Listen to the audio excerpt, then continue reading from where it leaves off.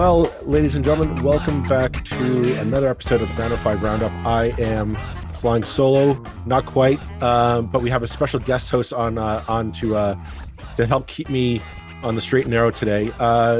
Former guest of the podcast, and always welcome to have her back. Laura Babcock, owner of Power Group Communications. She's also the host of the O Show and Hamiltonian of note. We'll add that on at the end there to your credentials. So, Laura, thank you very much for coming on to the podcast to join me today. It's such a pleasure to be here. I love the show, and I love how you cover the 905. So happy to help. We do what we can. So, you know, there's a whirlwind of stuff happening in the news. You open the newspaper and you're just bombarded by stories. But I do want to focus on our backyard, Hamilton, because back in the municipal election, or right after the municipal election, Roland and I kind of had this theory that at Queen's Park, there's no real political opposition to anything that Doug Ford's doing. And a lot of people are not happy with it. And we thought that opposition is going to switch to the municipalities at the time. And we thought between Mississauga and Hamilton, those would be the two big municipalities in the 905 that you'd see a kind of an organized opposition, or just enough of a pushback to, whoa, what's going on here? We're a few months now into this new council at Hamilton. I guess I'm going to loaded question. Was I optimistic on that assumption or that estimate? What's been your take on Hamilton City Council to date? Well, I could say a lot, but to address the issue around the green belt first and foremost, I think this is an issue that should be uniting municipalities across the province. And in the GTA 905, GTHA, we have a lot of power. Obviously, we're population dense and close to Queen's Park. And so certainly there was a hope, it seemed like an obvious, that all of the Stop Sprawl, all of the groups would get together.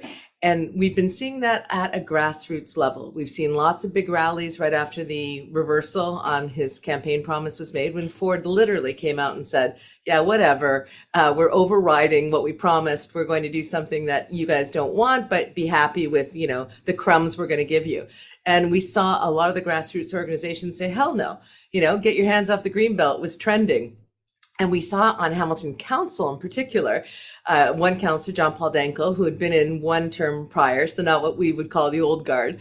And he came out right away and said, we can and will resist. We don't have to, service these lands. We don't have to spend or make municipal priorities servicing any kind of construction on these lands. We want to protect our urban boundary. 30,000 plus Hamiltonians had to push the previous council to go ahead with this urban boundary. It was a major victory for the grassroots against the old guard.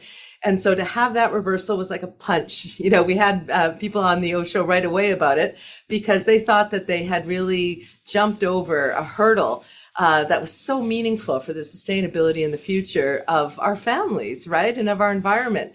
So to have that decision come down from Ford was a shock. And so we did have councillors like Danko come out right away and say, no, this ain't happening. And then we did see some of the new councillors, especially, joining all these rallies that were happening. We saw the people with their signs in the freezing cold. There was a huge rally at Hamilton City Hall about this, where many of the councillors were. But I think one of the reasons why it doesn't seem as though there's as much of a concerted effort coming from the municipality is because our mayor, Andrea Horwath, wasn't at that rally, wasn't at a number of the other ones, as far as I understand, and hasn't yet, and we're getting close to 90 days since the election, hasn't yet been a strong, unified voice for the city the way that you would expect a mayor to be. I might disagree with a lot of what John Tory does, but I don't disagree with how he communicates on behalf of the people of Toronto on just about everything. A show that I do regularly on News Talk 1010 in Toronto now has a Mayor in the Morning segment, because he's so engaged, right? Mm-hmm. And so when he's mad at the premier, he gets on it. He speaks publicly. Marianne Mead Ward, the mayor of Burlington, was at the rally in Hamilton when our mayor, Andrea Horwath, wasn't there. So what you're seeing on the Greenbelt issue is, I think, hopefully not going to be indicative of Hamilton Council's performance going forward. But what you're seeing is some of the new councillors who are full of passion and left other profitable careers to come into council to make a real difference on these progressive issues. They're fighting, right? But we're not seeing the bully pulpit of the mayor's office being used on a whole host of issues. So, some of us are concerned that what we're going to see is a bunch of one-off councillors trying to make an impact where it would be so much more powerful to have the city work together. And that's where we're sitting right now. There's a couple layers to that point that I kind of want to start peeling back. The issue of development on the Greenbelt is an important one, but it's kind of separate. I do want to kind of go into the political side of this issue, because the old council, the previous council, this was something we kept an eye on, and they responded to the grassroots. That people organized, they made their points known, they made it a cogent, well planned out argument, and they presented to the people, and the people said, yeah, we don't want to develop onto this developable land. We want to focus on intensification and redeveloping our downtown core. And the council said, okay, we hear you. We're going to vote with that. And you're right, we're going to put our resources into redeveloping the downtown. And everybody said, okay, good. That was a good decision. You listened. This is what we want. We think we can do it. Let's make it happen. What I found striking is how blatant the Ford government kind of said, no, we're ignoring it. Like this wasn't a question of like, well, the debate's still up, there's a gray area. Like, no, the decision was made. It's on the record. You can go into the record and see an actual decision being made here. The Ford government with this move is overriding the autonomy of Hamilton City Council on this. The Ford government may not agree with that decision, but I think we can all agree, this is democracy. They have to live with it. Yeah, but they don't, because right. Democracy gave them a second majority, almost a super majority. And he lied. Ford lied on video. He said, folks, I've heard you. I'm not going to touch the Greenbelt. That's on video. And then he came up and said, there's a housing crisis, touching the Greenbelt, and ignoring the work that was done by so many municipalities. I've heard them from Oakville on this, and Burlington, and all the municipalities are saying, hey, hold up. You asked us, you demanded that as communities, we found capacity for the new housing and that we found the room. And we did it. We made these plans. They took us years and we put them forward and they got passed by our councils. And you're coming in here, breaking a promise, lying and grabbing land. And, now there are possible criminal investigations by right. the into, hey, hold on a second. Who knew about this decision was going to come? Who's making money off of it, right? Mm-hmm. There are lawsuits that are started about this. So this is, if there's ever an issue to unite the 905, this is it, right? So on Hamilton Council, and I go to this again because I'm a strong believer in organizational leadership. I work with lots and lots of CEOs and executive directors, and the tone starts from the top. So if we had a mayor who was out there fighting Ford like she did in opposition, for years, fighting him on the Greenbelts, getting the city behind her, it would happen. Because in the last thing where you talked about, how the people 30,000 people brought this to council, it was a hard fight. The old guard councillors were resisting the urban boundary, and they're gone. They were voted out, or they quit and left before, because they knew they were on the wrong side of history on this one and a host of other issues. So Hamiltonians feel passionately about this. The new councillors feel passionately about this. I presume the mayor does too, but we're not seeing that. She has not. We just did a no-show that just posted on what's with her disappointing start. Where is Andrea Horwath? It's like, where's Waldo? Well, we need a mayor who stands up. And that's the kind of where I like to get into is that, the belief kind of when she was running was that, she's going to stand up for Hamilton during the municipal election. She's going to stand up for Hamilton and Hamilton's autonomy and the issues that are important. And I did a quick news search just to kind of, is there any headlines that have just come up and that I should be aware of? And all of a sudden, there's this chummy attitude of Doug Ford and Andrea Horwath. And I'm not insinuating anything, but I'm just like, this seems to be a very different relationship than what we had before. And I understand the mayors have to work with Queen's Park, but on this issue, this is, again, this is one of the things I kind of, this isn't a murky gray issue. We know that Hamilton made a vote. It is on the record. And Queen's Park is basically saying it doesn't matter to us. And if you get as the old saying goes, you give an inch, they'll take a yard. Yeah. And and I would also say that one of the things that rankled, I did an show interview with both of the mayoral candidates, Keenan Loomis and Andrea Horwath. She had 30 years name recognition, was a former councillor, leader of the opposition, just came out of a high profile provincial campaign, lost, as we know, and they got depleted, the NDP. But she came into the race with 30-point advantage easily, right? How can the hometown girl not win? First female mayor. And Keenan Loomis, and we talked about this on your program, was a community builder, moved to Hamilton 9 years prior. He ran the Chamber of Commerce, ran a really energetic campaign, and came within 1 point of Andrea, right? So it was a nail biter on election night on October 24th. Why did she do so poorly in the mayor campaign? In the Osho interview, she didn't have a lot of specifics. And in subsequent stuff during the campaign, we heard her talk about Doug Ford and her is no problem. They're just playing a role at Queen's Park, right? It's just a role. It's just all politics.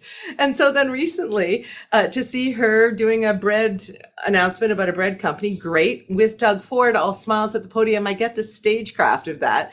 It's part of the performative part of politics. But, she sold herself as the scrappy Hamiltonian, the fighter for the city who was going to fight. And so we're like, where's that Andrea? Like, where's Andrea, period? But then where's that Andrea? If anyone should be a good sparring partner when they've outright lied, it's your former, role nemesis.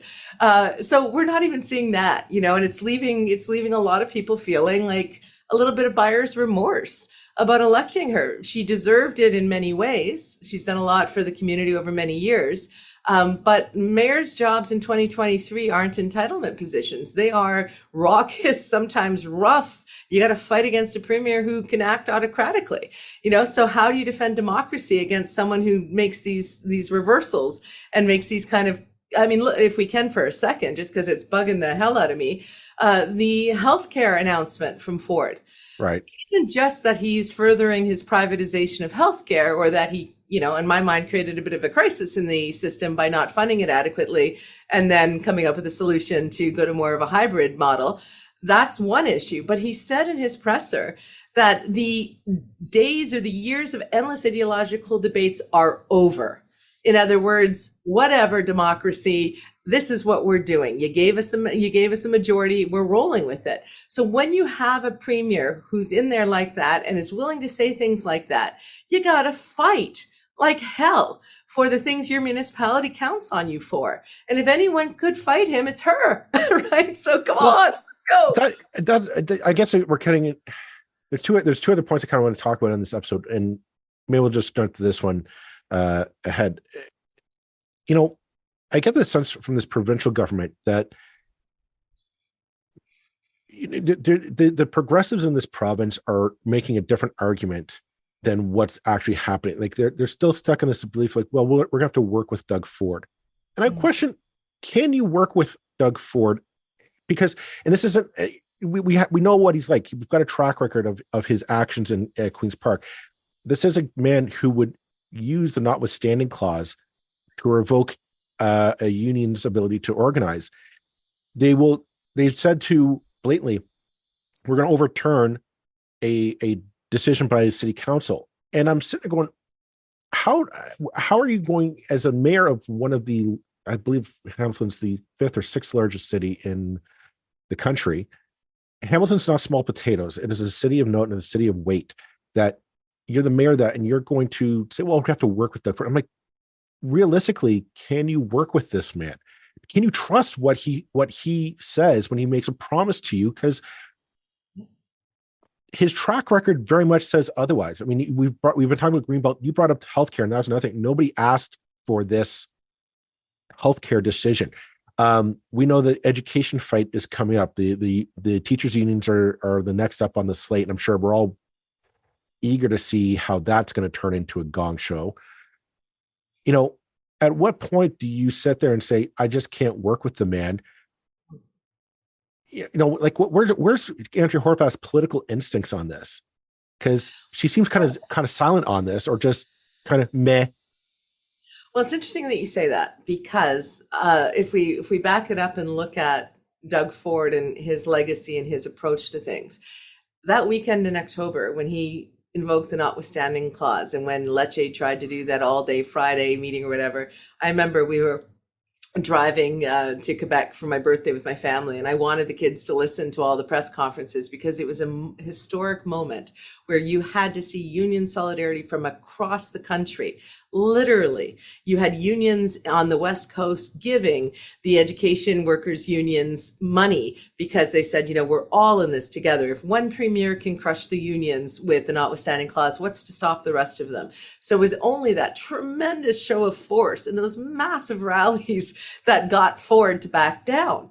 So what that tells me from political instincts is that he can back down when he is met with, a huge opposition. But as I ranted the other night on a national show that 1010 does, he is starting fights on many fronts. And often the people fighting, the people who would protect the education workers, protect the teachers, protect the green belt, protect the public health care, protect the nursing units, they're the same people, right? They're the progressives who are saying, holy hell, I'm exhausted with this fight. This premier's not dumb. He is literally throwing it all out there and making everybody feel like every day in this province is a bloody fight. So to your point, can you work with someone who doesn't share your values, who is crushing unions, who is looking to privatize healthcare rather than support the very healthcare heroes that are, begging for it, who is ripping apart the green belt on a lie? Can you trust someone who lies? No, you can't. Do you need to play nice with them if they control municipalities under the Municipal Act provincially and they can do downloading of service costs or they can give you funding? Yeah, in politics, sometimes you got to play along with the person that you don't respect or trust. But is there more that Andrea Horwath and the other mayors could be doing? Yes, these are existential issues about the rights of unions and the very air we breathe and the land we need for farming, and even if you think, education workers, teachers, whatever, are overpaid, if you buy into that argument, our education system needs them, and they need our support to be respected and have the tools required to teach our children. So these are not small issues. These are existential issues. These are beyond ideological. These are practical and costly issues for our society.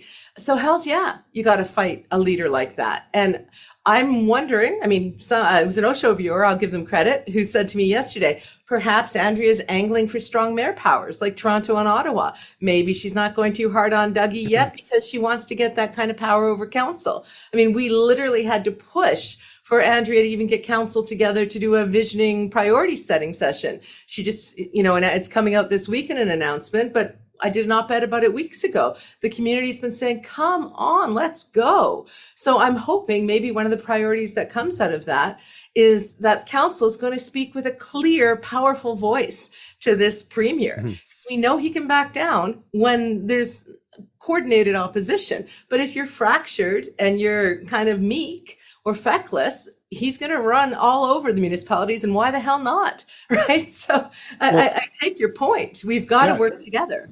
I said we were going to switch my order of topics, and you kind of gave a segue into my second idea. So I'm pretending to host a little bit here. Right? But I did want to talk about kind of the vision for Hamilton. Like we're now a few months in. A critique of Andrea as mayor was always, what are you going to do? Now, there was not really a platform put forward. And it was like, well, what are we going to do for 4 years with you at the helm? And it was always like, oh, wait and see. And we're kind of getting to the point of like, we're done with the waiting. Let's see it. Yeah. And I bring this up because Joey Coleman was tweeting out, a number of just businesses leaving Jackson Square. We know that City Center is shutting down. Mm-hmm. And like, these are staples of the downtown core in Hamilton, and we're not seeing a vibrant economic rebirth. We're seeing the staples of high inflation and just, I don't want to say depression, but just, it's not economic vitalization. The downtown core of Hamilton has always been a question for every kind of, what do we do? How do we bring businesses back? How do we get people to come and shop and spend money and da, da, da, da, da. And that was a question that, we still have not heard or seen anything from this council. I know that there are a lot of councils like, we want, this is a top priority. We need to do this. In the age of inflation, the economy is topsy-turvy. Like, why are we not seeing a clear cut? No, we're going to purchase this land. We're going to reinvest it. We're going to get this person to buy this. We want, this economic sector to move in. Like, why are we not seeing that drive here? And Well, yeah. Can I tell you a little story? Because it goes exactly to sure, it. sure. So last night, got off the mountain, went downtown, found an old pub we used to go to, but it had gotten kind of seedy. And so we thought, hey, it looks a little different. Let's go in. We renovated. We saw the guy walk by. We go, hey, we know that owner from other restaurants in town. You bought the place, blah, blah, blah. So I got into a conversation about downtown economic development with a business owner. And he bought that location because it was run down, fixed it up, but it was across from a hotel that's being built. And then he talked to me about other condos that we can all see the cranes going up downtown, and other, restaurants and hotels that are coming, that are going to be there over the next 5-10 years, right? So when it comes to that bit of information, had I not been sitting at that pub table and recognized the owner from before, I wouldn't know that to share that with you today, right? Because they're busy running their restaurant. They're not out there doing the job of a mayor and touting this development and touting the stuff. And he and I even got into a conversation about, I said to him, whenever I get off of a plane for my power group clients in whatever city, I always say to the cab driver, show me the city, the street downtown with the lights strung across it, because that's where the good times are, right? If I'm going out for a pint. And he's like, yeah, we want to do it on this street. That's the plan, blah, blah, blah. So individually, there's lots of cool shit happening in Hamilton. Pardon the S word, but there's a lot of stuff happening. It's good stuff. It's partly because of some of the economic development incentives from previous councils. I want to give them credit. A lot of it has to do with demographics, right? People are moving to Hamilton because of affordability or because of just the influx into the GTA. We have a massive population boom coming, as you know, to the 905. So a lot of stuff is happening, but you're not hearing that message. You're not seeing those promo videos from the mayor. You're not seeing her in national magazines or shows touting that Hamilton is on, not just on the cusp of, but it's in the moment where it's going to look dramatically different in the core. And these stores that are leaving will be replaced by this because there's an economic strategy and there's momentum. Basically, what I just did there is what I think Keenan Loomis would be doing as mayor all day long, right? It's what you hope a mayor is going to do. They might be one vote on council, but they do represent the soapbox of the community. Right. And they can get up there and they can tout it. So your concern about Joey's tweet about Jackson Square is accurate. But there's another counter narrative that's happening that you're not hearing from. And that, to me, is the role predominantly of the mayor. So I think the view of Hamilton, and I made a joke at the pub. I said, well, this pub is so cozy and it's not totally depressing anymore. And my husband joked, oh, that could be like the sign coming into Hamilton, cozy, not totally depressing anymore, right? Well, but somebody's got to be out there and be the champion for the city. Somebody's got to be the cheerleader. Somebody's got to take the fight to the big guys, right? Yeah. At Queen's Park and in Ottawa.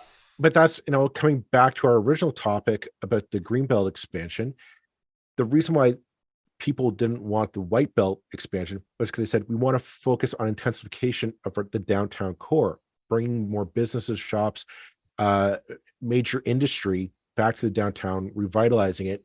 Then maybe once that's done, we can look at expanding the boundary. And that's I find those two stories should tie hand in hand. Like, you could go to Queen's Park and say, no, like, this isn't our strategy. Our strategy isn't just to build another subdivision on farmland. We want to build livable communities in the downtown. Like, there are sections of downtown Hamilton where, I'll be honest, it looks like a war zone. It could look like a city in Ukraine. And I know people say, well, that's hyperbole, Joel. It's not. There are blocks. It's like, my God, like, did a bomb go off here? The crumbling buildings, just pot-marked parking lots. They get labeled as a parking lot, but you wouldn't park your car there. You say, somebody's got to sit there and say, give me the right incentive, give me the momentum, and I'll build a livable apartment building or condo building, or I'm going to put in an office tower here to bring back find a headquarters to set up shop in Hamilton, and all those wonderful things that come with it. And I'm trying to, yeah. It's frustrating. So we have a $3.4 billion LRT that's coming to Hamilton. That is part of that has been fought over for, I think we had 52 votes on council, and I did probably 50 shows on it. Like, it went on for decades, right? Only Hamilton can draw out a good idea and beat it to death, right? So finally the LRT is on track. I mean, we fought for 50 years over a highway extension. That's just how the city rolls. So finally LRT is on track. Right? We haven't heard from the premier that he's yanking funding. We haven't heard that this project is in particular jeopardy. Would be great if we're hearing from our mayor about progress on that, because talking about it draws the kind of business investment that you're discussing. And I used to run a chamber of commerce in Oakville, and there is a real through thread from how a city talks about itself, how enthusiastically it sells itself, and how enthusiastically people want to come there and build, because they say, hey, this city's on the move. This city knows how to market itself. This city's dynamic. I can build buildings where people will want to live because they're hearing the same thing. Employers are saying, hey, I can now recruit because we've got a cool city. We got a walkable downtown. We've got the things that Gen Y, Gen Z value, right? Paris, that's been pretty perfect for a long time in terms of the way the city's set up. It's an awesome place. It was designed. The mayor of Paris recently came out and said we should have a 15-minute city where you can walk to everything you need within 15 minutes. I mean, we know that about Paris because the mayor of Paris is championing that message around the world. Why don't we know anything about what this mayor wants for Hamilton, other than she said in the campaign, there's lots of opportunities. Yay. Yes, sure. But what are they? And how excited are you about them? And who should come here and move in? And what parking lots? And just to your point about surface parking lots, when we looked at Ford taking the Greenbelt, right, and saying, no, your intensification, to be honest, I think he completely understands the city's strategy of downtown intensification to get that population base in there. I just think he wants to sell the Greenbelt lands, right? I mean, that's just my theory. We'll see what the investigation from the OPP bears out. But it's like, okay, so somebody, I think it was Councillor Cameron Kretsch, who is almost like a de facto mayor, he's doing so much and speaking up so much, looked at it. And this is, I think, when he was running for council. There were so many surface parking lots in downtown, the parking lots you're talking about. Like, we don't need to take 1 inch of the green belt. There's so much empty, to your point, visually bombed out spaces in our city to absolutely develop and build. But, people coming in, I'm a business owner, I don't want to be in a place where I think my clients won't want to come to, or my employees won't be safe, or I don't want to lay roots. It's a hard argument to make when the perception of Hamilton is what you're talking about versus the conversation I had with that awesome pub owner last night, right? So we need our council to not only unify behind some of these priorities, maybe fight Queen's Park as a voice, maybe, sell the city on its awesome opportunities, not just use it to win a campaign. Maybe we need to see our council do that, because just hearing from you kind of makes me sad. I love your perspective because it's important to hear it. But, for all the years that... I'm not here to depress you, Laura. Oh, hey, listen, like I said, no, I'm not from Hamilton originally, though. And when I moved here 25-ish years ago, whatever it was, a lot of people said, oh, you're being Pollyannic. You're being a Hamilton cheerleader. What do you know? Blah, blah, blah. It's a little sad 25 years later with all the progress that's been made that there's still a perception that, we look like a war zone. And that's not on you. That's on the lack of our city being able to demonstrate what is happening and what the opportunities truly are. And I guess, there's something to be said about, I know in the last municipal election, and we're seeing this happen more and more. I mean, the provincial election, the current provincial government got elected on no platform. There's no plan. There's no vision. And the idea, I guess, is, okay, it'll come later. Right. And I think I'm thinking, like, the wasted momentum here is that we're coming up on, 3-4 months, probably 5 months by the time anything actually gets done. We're now finally getting the vision for Hamilton. This is, Yeah, the 2020. priority session is going to be in March. Right. So, wait. So, okay, so we're waiting like 5 months. And like, what could we have done in those 5 months? Like we've been, what has, it's frustrating because you think like what's wasted. We don't know. So now it's like now we're finally going to get a platform, right? Except nobody gets to vote on it. Like the people don't get to vote and say, I like that idea. I don't like that idea. And I'm wondering, does it erode just democratic confidence in the system? But it shouldn't, because it's our fault, right? To the people of Hamilton, all ye who voted, and not enough of you, it's our fault because we elected who we got. So for those of us who were considering voting for Andrea, I've known her for years, I voted for her provincially for her, into her party at times. It's like, okay, what is she going to do? We know who she is. What is she going to do? Mm-hmm. And when I interviewed her, I didn't think she had a plan. And so I said so to her. It's a pretty intense interview to watch. After that, I couldn't in good conscience vote for her when I knew that Keenan had a plan, a strong desire, had helped get LRT done as the head of the chamber, and was going to hustle for the city. Now, did he make some mistakes during his campaign? Rookie mistakes? Absolutely. Did she win, I think, most on name recognition and comfort, known quantity? Sure. But it's the fault of the voter, because we elected Hamilton, not me, but Hamilton by like 1,600 votes, if you can imagine, on a mayor's race, tiny difference. We elected a person who didn't tell us specifically what they would do, didn't put out any metrics that they could be measured against, right? Just gave us platitudes and language around word salad around opportunity, blah, blah, blah. Fine. People said, but I know her, like her, boom, let's give it to her. We're getting what we voted for. We're getting a mayor who doesn't feel particularly, at least not that we've seen any evidence of, fired up for the gig. So when council gets together and does their priorities, we have to hope in a representative democracy, because we're not a direct democracy like ancient Greece. We can't go down every Saturday and vote on stuff. We elect them to represent us. So we have elected a mayor who seems to be not doing as much as you and I think a mayor should be doing. We elected councillors, some of whom who are distinguishing themselves, some of whom kind of haven't gotten their legs under them yet. They're going to sit around and they're going to make priorities. We hope they represent the values and the vision that they sold us on the campaign trail, right? But we can't do anything about it now, other than to raise a bitch about it, because the fact of the matter is that's how our democracy works. So it's not an erosion of democracy in that we might get what we voted for.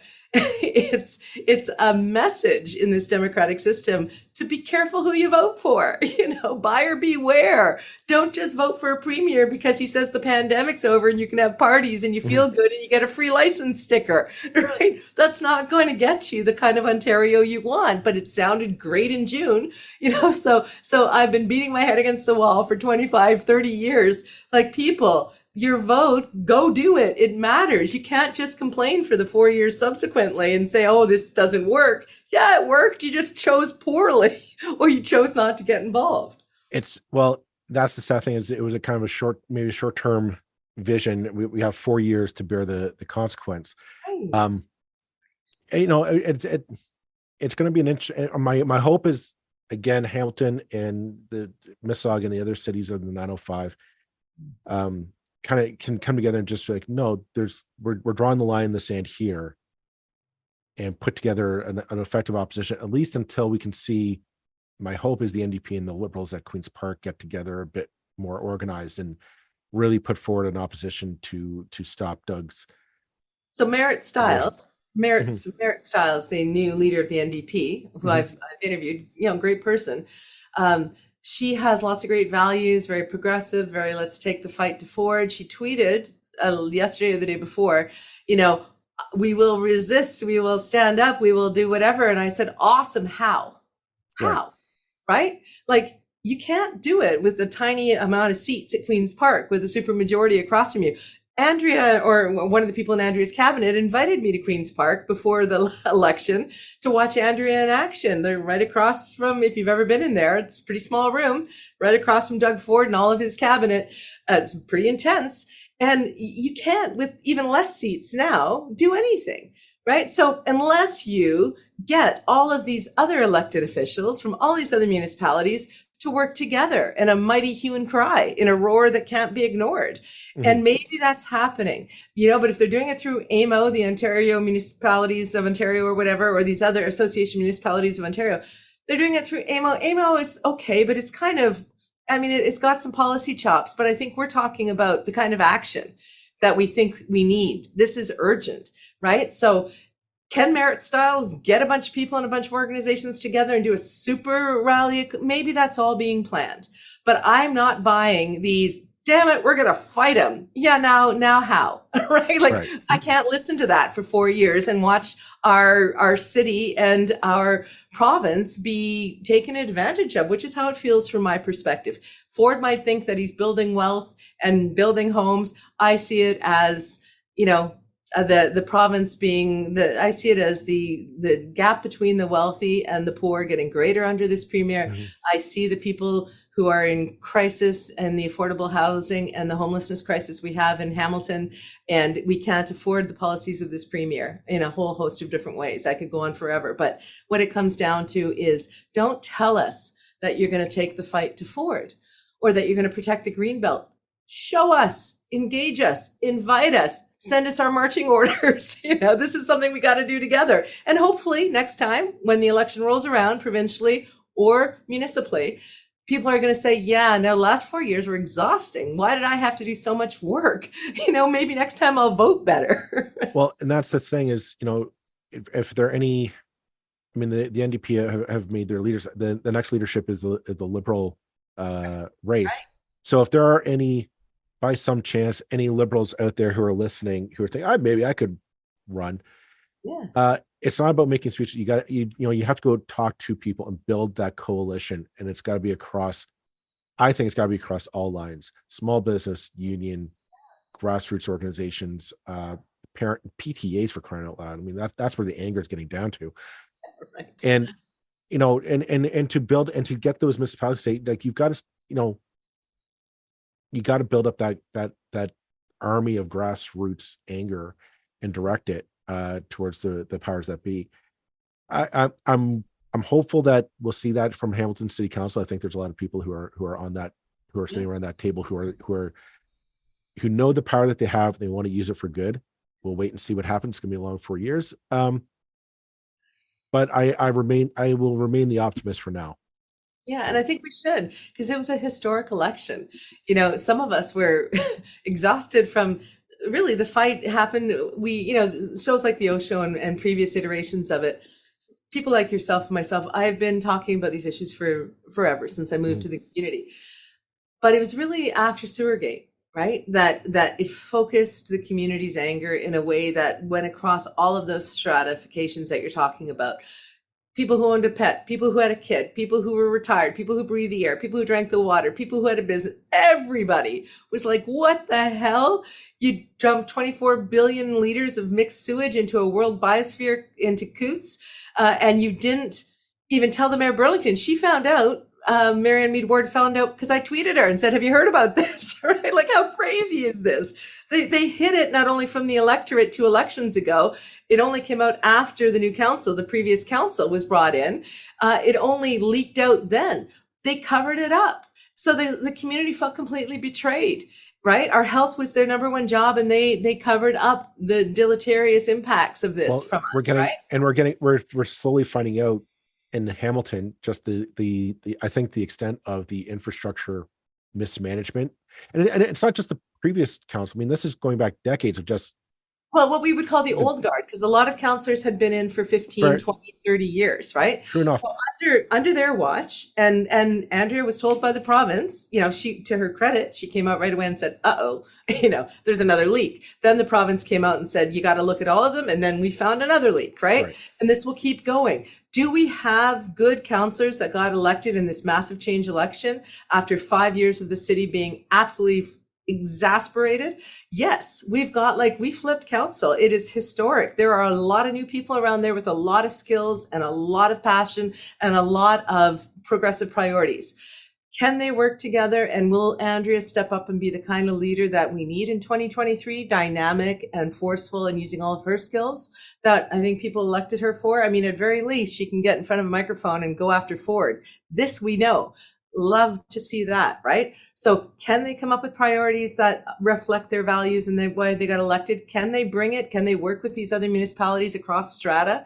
And to your point about the Liberals at Queen's Park, I wasn't a fan of Del Duca. I didn't think he had a shot in hell from a lot of different reasons to get anywhere. But the fact that the Liberals and the NDP were fighting each other for scraps and not taking it to Ford was a strategic miscalculation that has cost us all dearly, right? Mm-hmm. So I'm hoping that the new leader of the Liberals listens to you and Merritt Stiles listens to you and they say, you know what, we can start fighting Ford in a couple of years. But right now we got to work together to stop what Ford is doing. That's the priority. That's the urgent priority. In business, you got short, interim, and long-term priorities. Long-term priority might be there gaining seats in Queen's Park. Short-term priority is bring the fight. You know what? I think that's where we're going to leave it for this episode. Thanks very much, Laura, for coming on to chat. It's always been a pleasure, and I suspect we're going to be doing more of this for a few years to come. Well, what you're doing is important. You know, the 905, as you say, has a whole lot of shared interests. And on the O Show, we appreciate your support because Hamilton, to your point, is a weighty city. And what happens in Hamilton politics impacts many people. So thank you so much. No problem. Thank you very much.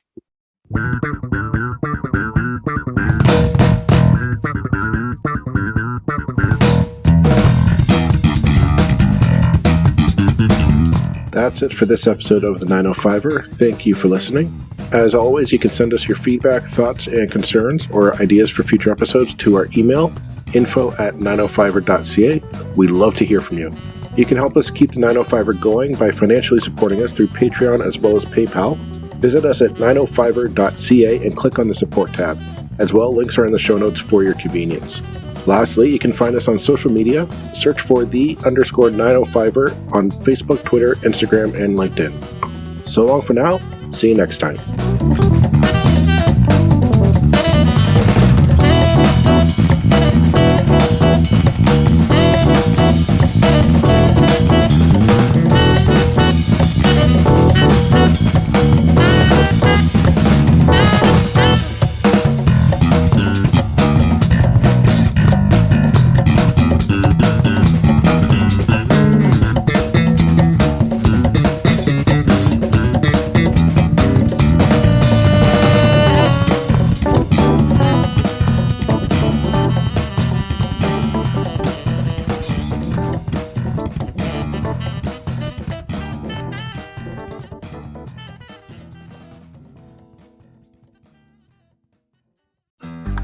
Looking to make the most out of this life and optimize your personal wellness? Then check out the Natural Man Podcast. Join me, host Mike C., as we explore all areas of human wellness, physical, mental, and emotional. Learn strategies to optimize your own well-being and be in the driver's seat of your own health. Remember, your doctor works for you. Learn biohacks, neurohacks, ways to improve sleep, and ways to optimize your body and your mind. Check us out on Apple, Spotify, the Fountain app, and at naturalmanpodcast.com.